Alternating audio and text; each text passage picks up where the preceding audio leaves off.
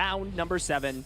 Both these players still battling it out to secure themselves a spot. Both 5-0-1 right now, so not quite guaranteed, but this win for either player will lock them up for the second day of competition. That's a matchup we've seen. This is our finals matchup repeated.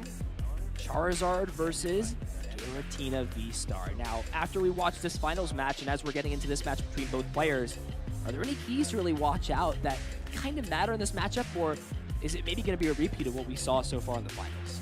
I mean, I think when we saw the finals between Grant and Azul at the last regional, you saw it's a very back and forth matchup. It can really go either way. There's lots of different defining factors throughout it. Yeah, it's an exciting matchup. You don't really know what's going to happen until you get into the thick of it. So looking forward to a good one. Hector did say this is his first time on stream, so we'll see if there's any nerves going into this. Grant has played on stream several times at this point, seasoned regional competitor. Yeah, let's hope for a good one. So Hector will be starting things off, deciding to go first with this Giratina deck now. And this is one of those matchups, though, where we saw Grant Hayes do this with, if you know what your opponent is playing, sometimes forcing Charizard to go first can actually be at your advantage. Yeah, there's a lot of matchups where there's still questions of, is it better to go first or second? And yes, there you see the CEO of Qianpao, but today playing Charizard. Can you even call him the CEO anymore if he just abandons his company to go play a different Pokemon?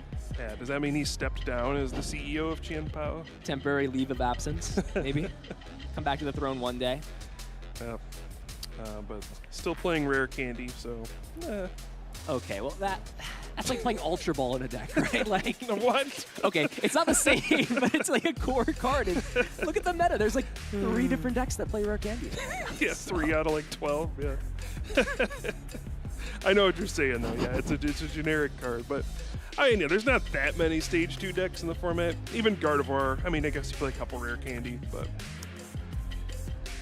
all right, here we go. Let's see how things play out. Now, Grant will be going second in this matchup. Giratina going first. Big key cards, though, are, of course, those Battle VIP Pass. We stress it every match, but your setup really does matter. Not only for the Giratina player, but also for Charizard. Both decks have to sort of set their way up a little bit, and lots of the setup will depend on what cards are in the prize cards. And speaking of Battle VIP Pass, 2 of those in the prize cards, as well as one of those Colress's Experiment. You need to find those early while you build your hand up, but it's also not too bad to have in the prize cards, because if you grab it out, you have access for it too later. Yeah, overall, nothing too bad. And, you know, Battle VIP Pass, obviously, you want to draw it in your opening hand, but, you know, let's say you draw one in your opening hand, you actually don't mind having 2 in your prize cards, because, you know, you can't use them after the first turn. So. Here we go. Round 7 action is starting right now. Hector kicking things off. Does start the Comfey. And a great card right off the bat. Spiritomb hitting the bench. Fettered in Misfortune will shut off this Rotom V from using Instant Charge. Can even follow this up with a Nest Ball. Found off the Flower Selecting. And another choice for me here. Do you value getting another Comfey down, or do you look to get Giratina into play so that you can start to establish that and maybe Abyss Seeking on the next turn? Well, looks like Hector is going to favor the Comfey here. Get the additional Flower Selecting. Which I think makes a little bit of sense. There's no rush for you to get a Giratina V down on the first turn in this matchup.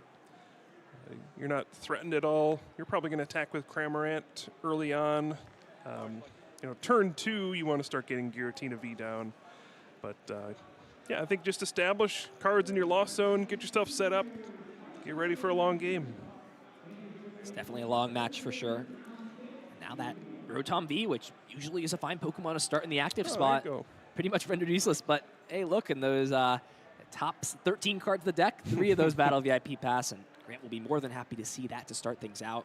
And the Rotom can't use that Instant Charge ability, but still fine to have on your bench because, of course, for Steelstone, a key card to getting that strong turn 2, double rare candy, Pidgeot, and Charizard in play. Start taking knockouts. Yeah, now, earlier you were talking about what are some of the keys to the matchup. One of the strengths of the Giratina VSTAR deck is Path to the Peak. That is one of your ways to fight back against Charizard EX. You know, you rely on Pidgeot EX's quick search, you rely on Charizard EX's ability to accelerate energy. So, sometimes we'll see early game Path to the Peak or late game Path to the Peak paired with a hand disruption card like Roxanne, just trying to get your opponent to miss crucial cards at the end of the game. So it really is a back and forth battle. Giratina VSTAR is one of the few decks in the format that has an easy way to knock out a Charizard EX in one attack with that Star Requiem. So you always have that at your disposal, but you can only do it once. After that, it becomes much more difficult to knock out a Charizard EX. And speaking of Charizard EX, the more prize cards you take over on Hector's side, the more you fuel that Burning Darkness attack. So lots of times it's sort of playing around with math to try and damage these Pokemon as much as possible before you go down to 3 or 4 prize cards where your Giratina V-Stars can be knocked out. We will see Arven played. Does grab the second remaining Battle VIP pass in the deck, plus Forest Seal Stone.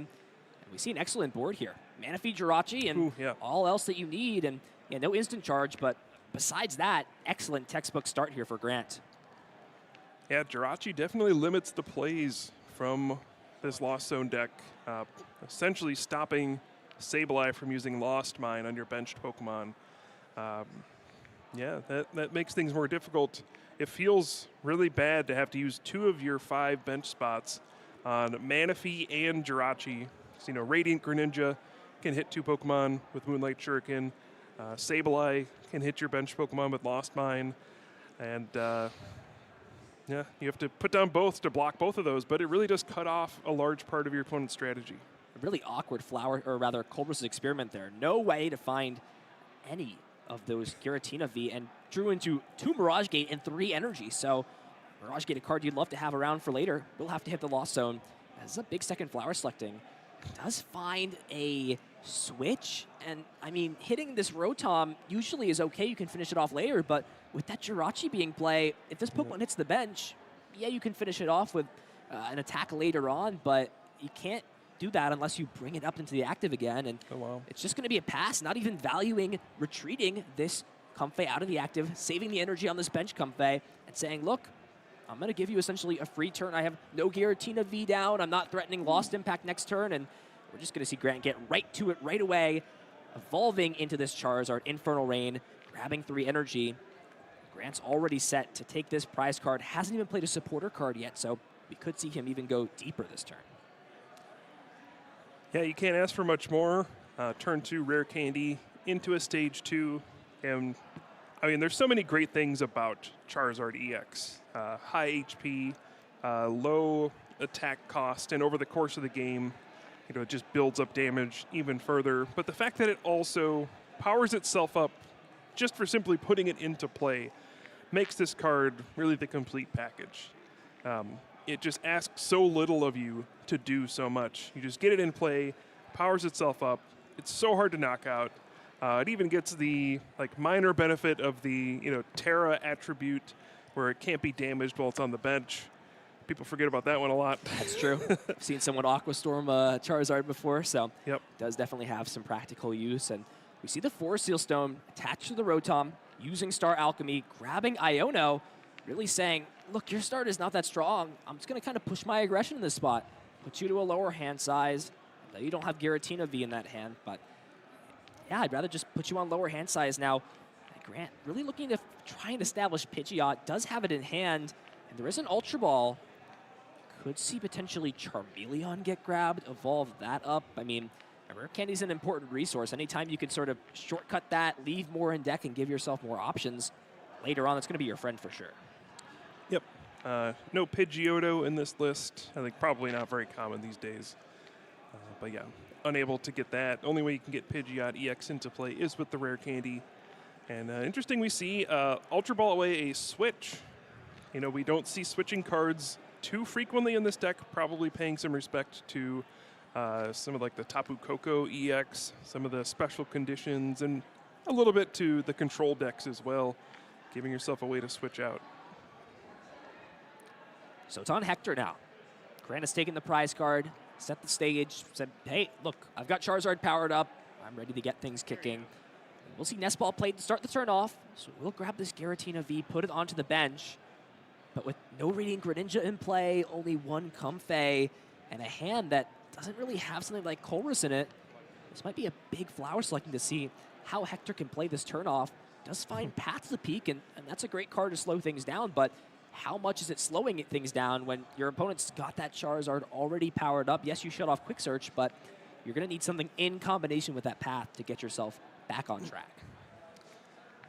Yeah, the good news for Hector is that Grant has not set up Pidgeot EX yet and doesn't have that strong of a board. Yes, there's an attacker, but until Pidgeot EX comes out, you know, a lot can happen here. And there you do see the Path to the Peak plus the INO. Going to disrupt the hand and hope that Path to the Peak sticks in there. You do see the Cramorant coming out, so I'm just going to settle for maybe that 2-hit knockout, setting up the first one with the Spit Innocently, and then use Giratina's first attack for the knockout, saving your Star Requiem for later. It's not ideally how you'd want to do it, but in this situation, it works. You just got to kind of hope that your opponent misses at some point. They did clog their bench up with a lot of stuff, so over time they may be vulnerable to repeated hand disruption, things like that. Yeah, it's still anybody's game.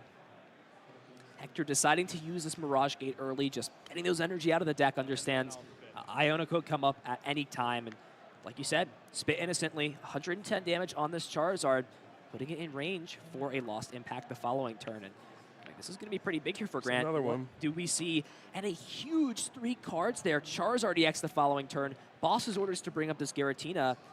And what now was a nice setup play, no matter how many prizes Hector takes next turn, would not have been in range for this Giratina VSTAR to get knocked out. So by hitting it for 180 damage, you're putting it in range to be knocked out the following turn. And these are going to be big 5 cards too. Not only are you hitting this Giratina, but there's nothing like Comfey in play to flower selecting for. So we'll see what these 5 cards warrant. Pretty easy choice there, getting rid of Manaphy and Battle VIP Pass. But do we see a Giratina VSTAR?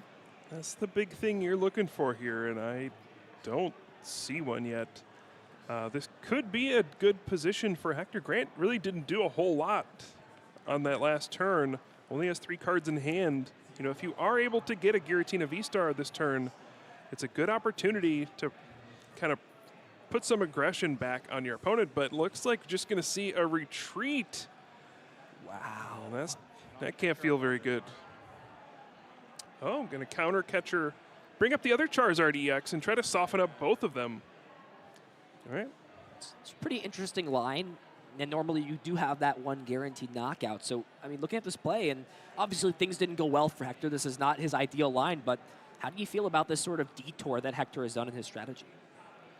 Yeah, I think it's totally reasonable. You're basically setting up the same thing. Now you're going to have another fresh Giratina. Hopefully that turns into the VSTAR on the next turn. But, yeah, you basically just kind of delayed what was happening before.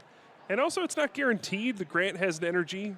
Obviously does here, but there was a chance that he just didn't have one and couldn't attack this turn. Not much else going on in the hand, though. Yeah, exactly.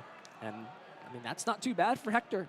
Now you've got both these softened up. Also got that second Giratina V on the bench. And this one, yeah, if you take 2 prize cards, you're not in range for a Burning Darkness to take a 1-hit knockout, but there is not much going on in this hand. Still no VSTAR, no supporter card. Can't play something like a Roxanne. Grant yet to take 3 prize cards. Can't even use that Radiant Greninja's concealed card because of the Path to the Peak. There's some supporter there. It is a Roxanne, but that's not what you're looking for in this spot. Yeah, can't use that one right now. Nope. Maybe next turn, but the question here, Kyle, is next turn too late? We are going to at least see 1 more flower selecting. Now, this is a pretty important choice for Grant. What Pokemon do you bring up into this active spot? Now, there's not a lot going on in this hand, so what is your best choice to keep yourself in a good spot? And, wow, it's going to be the Pidgey. Yep, just saying all these other things are too important. Don't want to give up 2 prize cards with the Rotom V. Sure, I'm nowhere near getting a Pidgeot EX out. You can take the Pidgey. And that's just going to be an attachment and a pass back over to Grant. Well, never mind. There's a rare candy. And while you can't use Quick Search, this is still plenty fine. Evolve into this Pidgeot EX, and because of that evolution, Pidgeot EX having 0 retreat cost means that Grant's going to be able to just take another prize card this turn, and it begs the question for Hector, is this just too late to be able to come back at this point when Grant is just essentially 2 knockouts away from winning this game. I think it's still possible. There's been no counter for the path to the peak. Both those Charizard EX are vulnerable. Obviously, it's going to be a tough road ahead, but the game's not quite over. But you do see one of the weaknesses of the Giratina VSTAR deck here. You know, you do not typically... Oh, well, I just drew one finally. You do not typically play Ultra Ball in this deck. And if you do, maybe it's like 1, just because it's too costly to discard cards with it. But it means you have no real way to search for your Giratina VSTAR besides just drawing into it. Sometimes you just don't find it. You don't have that many outs to get to it. But now we're going to see Hector start to put up some offense. I think there's a question of whether to play the Roxanne here, but your opponent has shown nothing so far. So, hey, make them prove that they have something. And gives you a little bit of guaranteed dig next turn. It essentially just acts as a draw 6. Got bad news. He drew something. And that's a good something for sure. Professor's Research off of the top, it seems. Or I think actually drew that out of the prize card. So a great grab there for Grant. The good news, though, for Hector is that there's no boss's orders being played this turn. So Grant, I don't believe, can knock out this active Giratina VSTAR this turn, which means, you know, the prize race is still pretty much in Hector's favor. He can just keep getting 2 prize knockouts. And Grant won't be able to get a prize card this turn. So despite, you know, pretty slow start from Hector, you know, a great one from Grant, things are still not decided here in this game. And in fact, maybe advantage Hector at this point. Things have turned around excellently here for Hector so far. And Grant did draw into that lost vacuum, but the choice here is, what do you value grabbing off of Quick Search? Would you rather leave that card later on if your opponent's just going to most likely Roxanne path you? We'll see Super Rod get played first. That is a crucial inclusion in this deck, is playing 2 copies of that because there's only 6 fire energy. So getting those back will allow Rare Candy Charizard, plus, of course, a counter to that path to the peak to allow this 3rd Charizard EX to attack. Talk about prize trade. I mean, that's something that is in my mind right now. If this 2nd Charizard goes down, can you even get that 3rd Pokemon in play to deal damage and take some prize cards on this active Giratina VSTAR? Yeah, it's still anybody's game here. If you're Grant, just keep attacking and hope things work out. You could potentially retreat, set up a single prize Pokemon this turn, and force your opponent to have, you know, like a counter catcher, a boss's orders here. But it looks like not going to risk it. It's so tough because if they have that, you've just pretty much wasted a turn at that point. And from there, just one more lost impact will take the game. You could also Star Requiem, build the board up. You could also leave Star Requiem open as an option for both of these Pokemon. And it will just be another Burning Darkness, 240 damage onto this Giratina. Hector's got a pretty sizable hand. Energy's in the discard pile. Is looking at potentially a Super Rod to bring some of these energy cards back. Could be paired with a Mirage Gate, which we see in hand. And now all of a sudden, with this 3rd Giratina coming into play, you ignore that damaged bench Giratina and set up to essentially use 3 Giratina. We don't see it a lot, but bouncing back and forth when your ability locking your opponent with Path to the Peak is a very solid strategy, working out excellently here for Hector in Game 1. Yeah, I think the only awkward part here is you need to use Lost Impact here. You cannot waste your Star Requiem here, which means you're going to have to get a lot of energy in play just to be safe to lock up the game for the next turn. So another Mirage Gate, perfect. Get 2 extra energy into play, but you'd really love to leave yourself in a position where, you know, you have the energy in play already and you just need to use Star Requiem to win the game. Or, you know, leave yourself with just needing 1 energy attachment to win. Because, yeah, if you use your VSTAR power attack here and, you know, your opponent gets another Charizard EX out, that means you also need to find, like, boss's orders to knock out Pidgeot EX to win. So it's really about trying to manage, you know, what gives you the best chance to lock up the game for the next turn. Hector does still have 2 Jet Energy. That's a card I have my eye on here. If Hector can find those, not necessarily to pivot out, but just to fulfill that cost, does still have 1 basic Psychic Energy in the deck. And if you can get rid of the Psychic Energy on this active Pokemon and that Jet Energy you attach, you leave essentially both Pokemon in range that without a Mirage Gate, you can Star Requiem whatever 2-prize Pokemon comes out. Now, let's see these 6 cards, but no. There's no energy at all. Any energy. And okay, he's just going to go for it. wow. I mean, you do put your opponent at 2 cards with the Roxanne, and there's a Path to the Peak in play. I mean, what are the odds that your opponent does something big this turn? Probably pretty low. But, yeah, you don't feel good about it. Now, the problem here is with that Path to the Peak, this Arven can't grab all the pieces, the Rare Candy Charizard and the Counter Stadium. You can grab something like the, oh wow, just going to play the Iono instead. Just saying, look, I've got to find 3 pretty insane cards here to keep myself in this game. Do we see maybe a Lost Vacuum? No, but did evolve into Charmeleon on that turn, so there's no ability to attack. Having to potentially retreat this Pokemon, but then that begs the question, do you have enough energy cards to pivot this Pokemon out? I mean, Hector's in no position to really want to take knockouts on either of these 1-prize support Pokemon like Manaphy or Jirachi. Yeah, Grant also drew the Lost City, so can get rid of the Path to the Peak, but may just be trying to figure out, is it worth doing this turn? Decides, yes, I want to go search for a card this turn. And looks like Charmander was the choice. It's so tough. We will see Level Ball get played. Now, usually it's just better to grab the Pokemon itself, but Grant understands that both cards are technically not live outs to what he wants, so essentially using it as a thin, finding the Charmander off of the Level Ball. I mean, the question still comes that at this point, Hector is just 1 2-prize knockout away or 2 1-prize knockouts away. Grant still has to knock out 2 of these Pokemon. So we'll just be benching this Charmander, retreating, passing the turn over. If Hector can find that boss's orders, we do now see all those energies that weren't drawn being put into the hand due to that Iono. Do we see boss's orders? Another Roxanne. That's still a really solid card to find.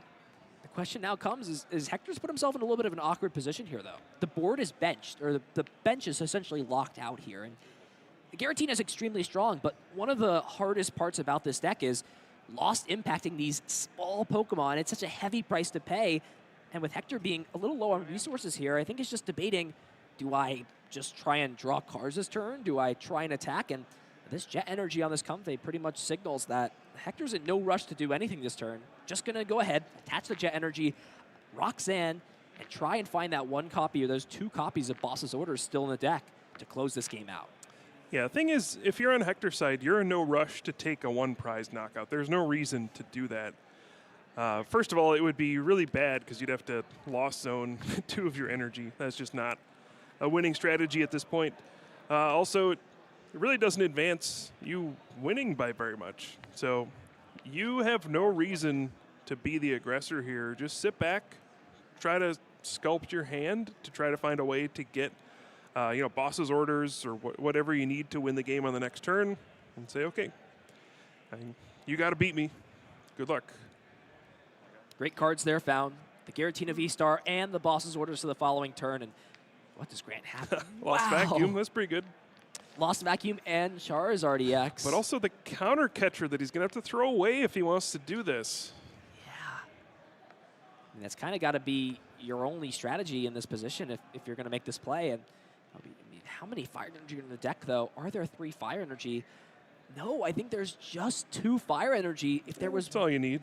But if there was 1 more in the deck, you could just evolve this Charizard, find the second counter catcher out, and then because Hector already used Star Requiem, it would force him to have the boss's orders at this point. I mean, I guess that's the same thing both ways, but one of the benefits for Grant in this situation is he actually is happy to take a 1-prize knockout. Then Hector can't play counter catcher to get the last 2 prizes to win. So, I mean, yeah, all you can do at this point, get your Charizard out, take a knockout, and then say, okay, do you have boss? And yeah, he does. All right, so. Showing it, saving some time. That was so back and forth, right? Yeah, and yeah, it's tough to explain everything that's going on in this matchup. There's so many moving pieces. But yeah, at the end of the day, Hector is able to close it out with the boss's orders. But you can see how difficult it is to actually set up winning positions in this matchup. It's very difficult to set up a spot where you are, like checkmating your opponent. There's so many different things that can go wrong. But both players navigating it best they can. And at the end, Hector's just the one who found the boss's orders to win. Great game. Yeah, a great game. Grant was sort of just at the mercy of whatever Iono or Roxanne Hector had to throw, and Hector was at the mercy of his own flower selectings in Chorus, and that's what it comes down to in this matchup. But, I mean, that sort of showed both the plus and negatives of both this deck. I mean, our first round that we featured, round 4, we saw a lot of those downsides of Giratina, the missing VSTARs, and we still saw that in Hector for round number 1, right? Got off to a little bit of a slower start, didn't get those Giratina's Vs down right away, but still applied pressure to the Charizard, was able to get these Giratina Vs down, sort of dance around this Charizard a little bit. Path to Peak, though, the main card at slowing down Quick Search, which, if Grant had access to that, this would have been a completely different game. Yeah, the Spiritomb was also a really big deal. Stopping that Rotom V from using its ability at certain points in the game was a difference maker. I think that is a card you'd probably go for anyway when you see you're playing against Charizard, but when your opponent starts with the Rotom V, it makes it a very easy decision for you to go straight for the Spiritomb. I think that ended up disrupting Grant just enough through the course of the game that it led to Hector squeaking out a win there. Manaphy and the prizes, as well as that Lumineon, both cards that are very valuable in their own right. You see that Chorus and Giratina at the top. We've seen how crucial it is to have all of those Giratinas in your hand. Just scoops up the game, is just going to concede after that start. Are you kidding me? All right. It was that bad. Thrilling game. We're going to game 3. We're going to game 3, Kyle. Let's go. Literal easiest win Grant will ever get in his life. Didn't have to do a single thing. Just started Rotom again, and look, it was so intimidating that Hector was scared. He's like, he saw a Cramran ghost. is weak to lightning. That's true. Hey, listen, don't put some disrespect on my man Rotom V-Star, You never know what you're going to see here. I do respect that play from Hector, playing for wins, not for ties. You could draw that out for a while, let Grant play his turn out, see if you draw something on the next turn. Hopefully you crawl back in the game. He just said, nope, let's move on to the next one. I want to play a real game. So this is what I got, and I know it's not good enough. Picked up the cards. We're going to game 2. An interesting thing, though, I mean, if you're in Hector's shoes, you now know the matchup well. Do you elect to go second at this point, or do you sort of just do your thing, get your flower selectings going, and don't really care about what Grant's trying to do in this position early game? Yeah, we do know that Hector has decided to go second, so Grant will go first. I think that makes some sense. This build relies a lot on Arven to find those early battle VIP passes. So, yeah, you just force your opponent to start with a battle VIP pass in hand. If they don't, they might get off to a rough start. Gives you an advantage. You can attack on the first turn with Cramorant potentially, or even just Abyss Seeking, whatever you need to do. So yeah, I think that does make sense. Conventional wisdom would say you don't want the evolution deck to go first, because when they go first, then turn 2 they can evolve. But there are some situations where it does make sense to make them go first because they can't play a supporter card.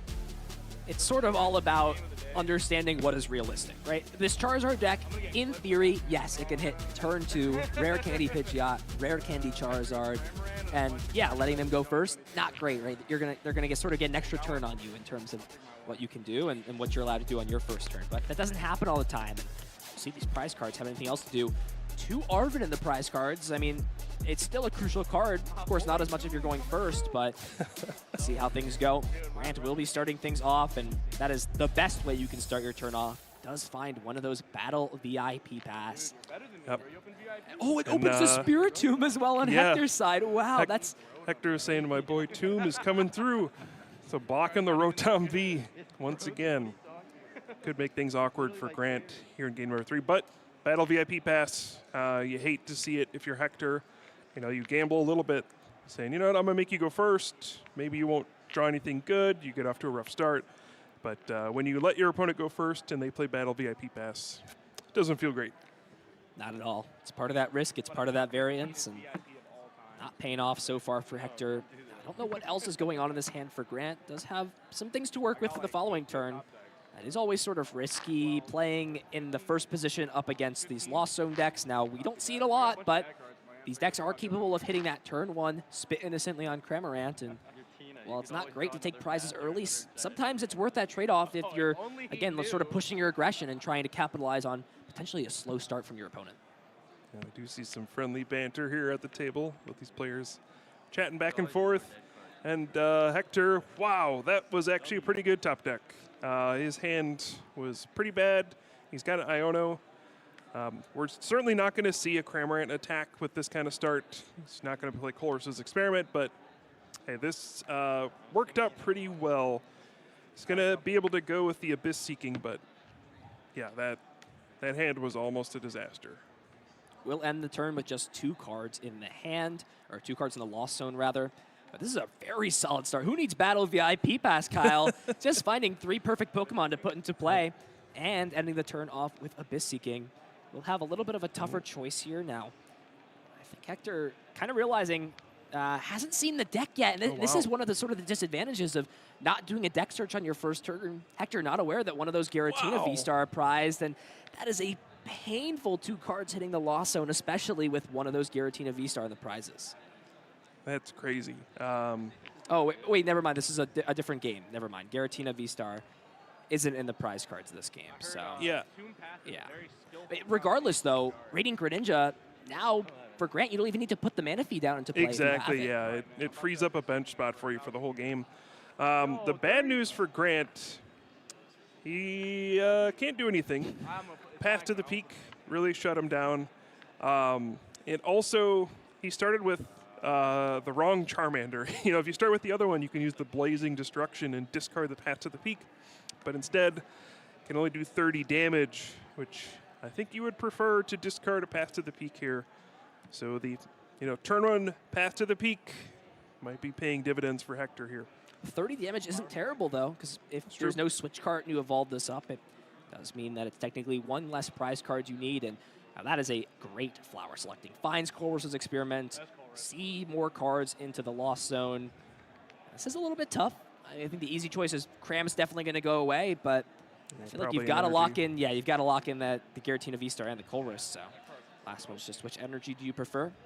Is playing more Psychic Energy, so that will be the one that goes into the Lost Zone, and just going to go and start attacking, sort of pouncing on Blood in the Water, sees that nothing's going on for Grant, and while you usually want to wait for Charizard to evolve, then take hits, we're just going to see Cramorant move around, Spit Innocently, and Hector first want to take prize cards here. Stadium top deck for Grant. Yeah, I think already had Lost Vacuum in hand. It is Artisan will not. We can see a call for family from Pidgey. You can see something really awkward here where you call for family for like a Pokemon V, so then you can use the Forest Sealstone. Yeah, this is a rough one for Grant.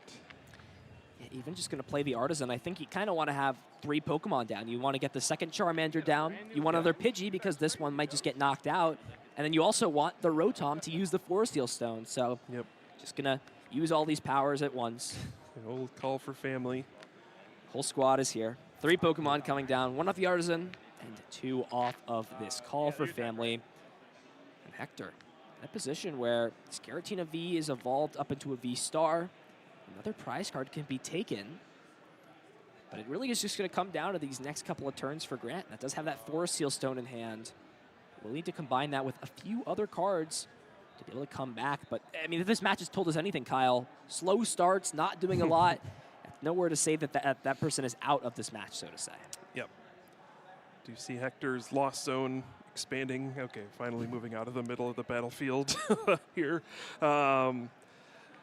Yeah, getting more cards on Lost Zone. We're up to 7 at this point, so Mirage Gate is unlocked. Start to accelerate some energy into play. You have to think Hector is advantaged here. Gonna go ahead 2 prize cards, fully powered Giratina V-Star, ready to roll. We'll see if Grant can do anything about it. There's another Path to the Peak in hand for Hector as well if he would like to go for it. And he does. Will Spit Innocently, another prize taken. And this is a big turn for Grant here. Can he find a way to apply some pressure to these bench Giratinas? Does find another rare candy and has that Lost Vacuum from before. So I think the cards are here to at least get this Rare Candy Pidgeot, Rare Candy Charizard out, but I mean, yeah, you're taking this one prize knockout, but you're staring down 7 cards in the Lost Zone, a Giratina VSTAR on the bench. But, I mean, what else can you really do in this spot? It will be the Pidgeot grabbed first off of the Forest Seal Stone. Yeah, now what do you get here? Looks like he's just going to get Charizard EX and say, all right, good luck. I hope this makes it through the turn. But, yeah, I mean, you could have gone for a riskier route, grab like an Iono and just hope you get into Rare Candy Charizard. Your odds probably aren't very high of that, though. So Grant just going to say, all my cards are on the table here. If you can deal with this, I'm probably going to lose. But I got to take my chance where I can. So an all-in play here from Grant. Pidgeot, quick search, Charizard EX online. It has a 0-card hand to end the turn. We'll take 1 prize card to finish things off. Now, there is a couple Fire Energy in the discard pile, and that is pretty awkward, but can't help it if that's how it is. We also saw the Path to Peak hit the Lost Zone, and that's going to be 1 more card for Hector, so doesn't even necessarily need to play Colress this turn, can just double Flower Selecting. That's sort of a tough choice there, though. Does have the Mirage Gate and the Super Rod. That's tough. There's 1 Mirage Gate in the Lost Zone already and 1 played. But there's the Jet Energy. That's exactly what Hector wants to see. Flower Selecting will bring him up to 10 cards in the Lost Zone and can even add some cherries on top by playing this final Path to the Peak in play, shutting off Quick Search, putting Grant at just 1 card with no way to find any pieces, and saying, look, I'm putting all my cards on the table at this point. I'm knocking out your only threat. How do you respond to this? Yep, and Jet Energy, an important inclusion in these Giratina VSTAR decks. Longtime players might remember Warp Energy. It's kind of the inverse of that. Warp Energy used to be attached to your active, and then you get to switch. Jet Energy is attached to a benched Pokemon, and then you can switch that into the active spot. Works beautifully with that Comfey, but yeah, there is the Path to the Peak. 10 cards in the Lost Zone. We'll see Star Requiem, and Hector going down to 2 prize cards. Does not have another Giratina VSTAR ready to go, but Grant has 1 card in hand. There's a Path to the Peak in play. What can he even draw? Not much. Charizard and Vitality Band. And, I mean, what, you just retreat into Jirachi and pass, and there's the boss's orders, closing the game out. A swift game 3 for Hector, going to 6-0-1, locking up a spot in day 2, taking down Charizard. Giratina getting its revenge here at Portland. Yeah, and games like that are why you look at the Giratina VSTAR deck and go, wow, this deck's great.